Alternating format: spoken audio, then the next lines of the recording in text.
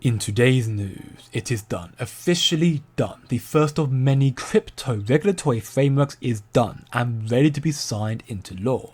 As a result, the markets appear to be gearing up for that breakout ahead of tomorrow's congressional hearing. Bitcoin has already surpassed $110,000, and this is no joke, bringing us one step closer to seeing $2.5 quadrillion minimum a year coming on chain, and seemingly also coming to XRP. No joke, huge confirmation in this video, and also with Trump finalizing trade talks with China again, but this time in London. It looks like the FUD in the crypto market is finally over. The market is following the M2 money supply very, very nicely, and therefore the crypto breakout may just be mere days away. And if you don't want to miss out on the incoming opportunity, then come learn more here in the VIP. Warp.com/coin factory from Alpha institutional research documents, learning what the smart money are saying to their clients, allowing us to get ahead of the retail market, educational courses, trade alerts, and so much more. Check out our 7 days free, link down below in the description, and I hope to see you there. Now, to start off with, it's a very massive week for the crypto legislation, with the Stablecoin Bill aka Genius Act appearing in front of the Senate, and the Market Structure Bill aka Clarity Act appearing in front of the House. Former Fox Business journalist Eleanor Terrett here made an article talking about what's happening right now, and according to her, after a week of behind the scenes negotiations, it appears that the sponsors of the stablecoin bill aim to have it finalized and passed through the Senate floor this week. 60 votes is all that's needed to officially pass it on to Trump and sign it into law. The Clarity Act also appears to likely be passing the House this week as well, to which we will find out in just a few hours from now. But there's no doubt about it, we are about to witness history in the making. And the crypto market again seems poised for that next move up. And as Mike Novogratz confirmed in this interview, the Genius Stablecoin Bill, the Genius Act, is now officially done.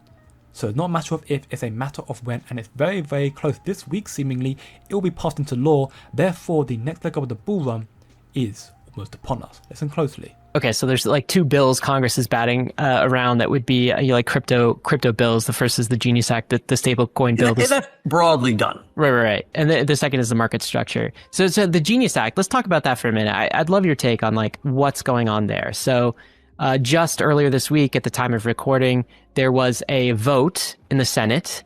I believe it won majority, 60-something senators. We're up to 69 senators. Okay, 69 senators. It was 67, but a couple guys joined on things. Yes, and they voted yes, but they voted yes to actually hear the bill. So there's multiple rounds of voting that this bill is going to need. We got overwhelming support that the bill can be put up for vote, basically. That vote has not yet happened. That's going to happen sometime after Memorial Day, I believe.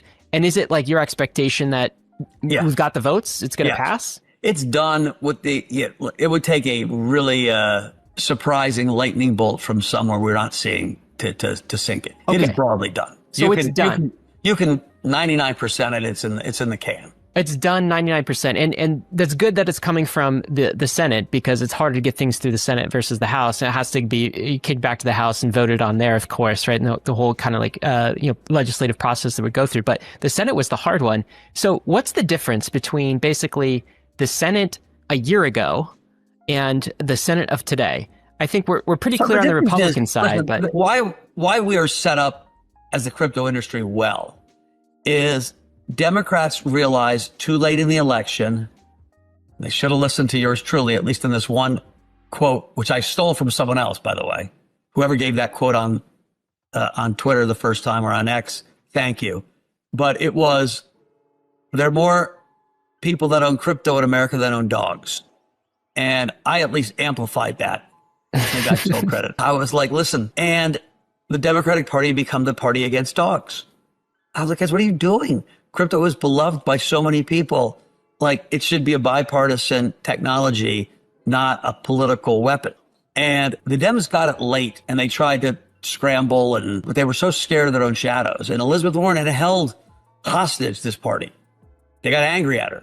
Let me tell you, everyone was angry at her by the end. And all of a sudden, you have Bernie Moreno upset, what had been a stalwart, Democratic senator in Ohio. You had Trump raise tremendous amounts of money from the crypto community.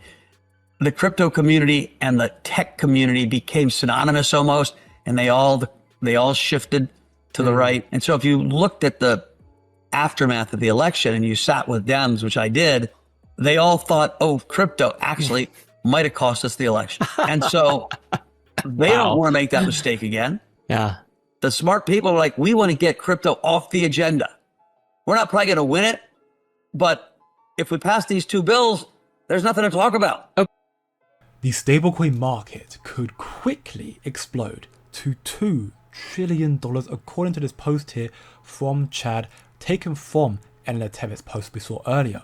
With the Genius Stablecoin Act nearing the final Senate vote, Wall Street institutions and all the massive financial institutions and banks are going to soon have that green light to use stablecoins to transact on the blockchain ecosystem, to have the floodgates opening for all of us to reap the benefits. And that's a very good thing too, because these legislations is further confirmation of the seismic shift we are witnessing in finance right now, the revamping of the dollar and the fall of fiat and the birth of crypto. According to the CEO of the World Gold Council, they have been preparing for this shift for quite some time, as central banks have been buying over 1,000 tons of gold a year to balance reserves, de-dollarize economies and manage debt. They are ready for the Great Reset, and those who have incorporated digital infrastructure, they will gain that explosive first mover advantage. Again, listen closely.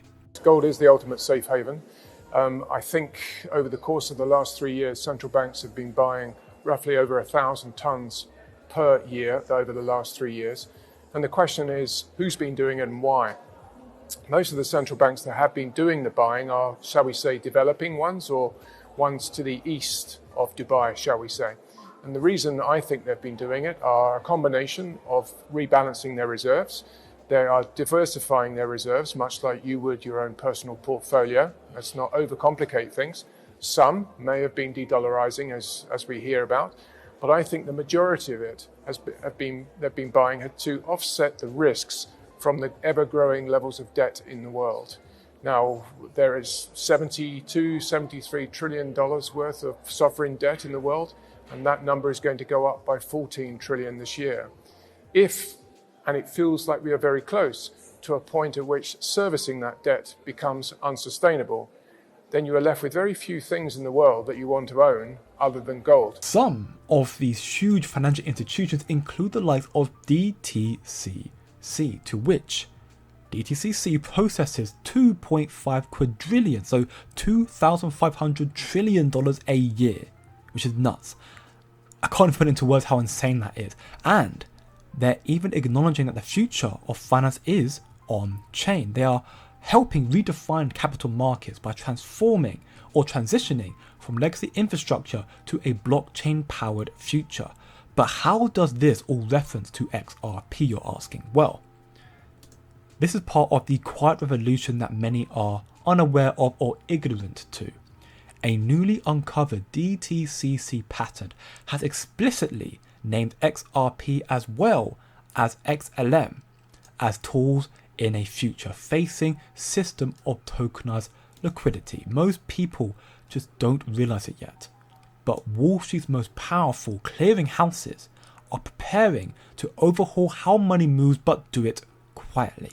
For years, XRP and XLM, they have been in the shadows of the likes of Bitcoin and Ethereum, but they are at the center of this transformation. Working alongside DTCC, DTCC is developing a digital liquidity token system that tokenizes cash and securities across multiple platforms using blockchain technology. To be more specific, it proposes a programmable interoperable asset network designed for high-speed transactions across global financial systems, and once more XRP and XLM are at the very center. If you click on the link down below in the description and you find the Medium article and you look at the sources here, you can find the first one of two. This here, you'll see proof that the DTCC have filed a patent titled Systems, Methods and Storage Media for Managing Digital Liquidity Tokens in a Distributed Ledger Platform, DLT. and it outlines the framework for tokenizing liquidity across various asset classes, integrating assets like XLM Stellar and XRP. Proof, patented proof right here and there. Now, Ethereum remains the base layer for issuing tokens, but if you go through the patent, click on the links here, you will see XRP and XLM play essential roles for reducing transaction costs, supporting cross-chain fund entry and redemptions, and enabling interoperability across regulated and public blockchain networks. This is absolutely game-changing stuff for XRP. $2.5 quadrillion a year is coming on-chain, and XRP is going to be an essential part of that, playing an essential role in transacting this amount of capital. Better still, Ripple's recent acquisition of Hidden Road also plays a massive role in this recent uncovering and development. According to this article here, according to DTCC, a notice dated March 11th, 2025, so that's about 3 months ago now, Hidden Road's membership became effective on March 14th under participator number 9388. And this allows Hidden Road, recently acquired by Ripple, to participate in netting, which is buying and selling, repo netting, and GCF repo transactions, which are key components in how large-scale treasury operations are cleared in the United States. There is so much going on behind the scenes. This is why I actually agree with Ripple CTO David Schwartz when he stated that XRP simply cannot remain dirt cheap. This here is the reason why. If they are playing essential roles, the roles that Ripple and XRP are playing to help make the transition from TradFi to DeFi to come on-chain and then transact quadrillions of dollars a year. With DTC alone, XRP simply cannot remain at $2 or even $10. It cannot remain at this value. It's got to be worth so much more than that. Once the institutional adoption flows in, it will be game over. The regulatory frameworks that are, again, seemingly imminent and confirmed and very close now, they will open the floodgates. But the gushing amount of water, the cracks of the dam will explode more so through ETF adoption. XRP recently being added to the Nasdaq Crypto US Settlement Price Index is a very big deal for further visibility and credibility, not just laying the foundation behind the scenes that Ripple and XRP have been doing, again DTC pattern here, proof of that, but XRP is now becoming a more renowned and recognized player, a key player in this crypto market. The development will attract more institutional investors, and now the SEC has until November 2nd to approve this crypto index. And if they do, which is very likely or hopeful at least, then many more crypto ETFs will be coming, especially for those who are part of this Nasdaq index. So XRP ETFs seem more than likely to happen this year, which Back Garden has said as well that it's going to happen. Time will tell, of course, but buckle up. Big things are coming. Do your own research, or better still, to stay further ahead of the retail market, come check out the VIP. And as always, don't look short term, think long term. And I'll see you in the next one.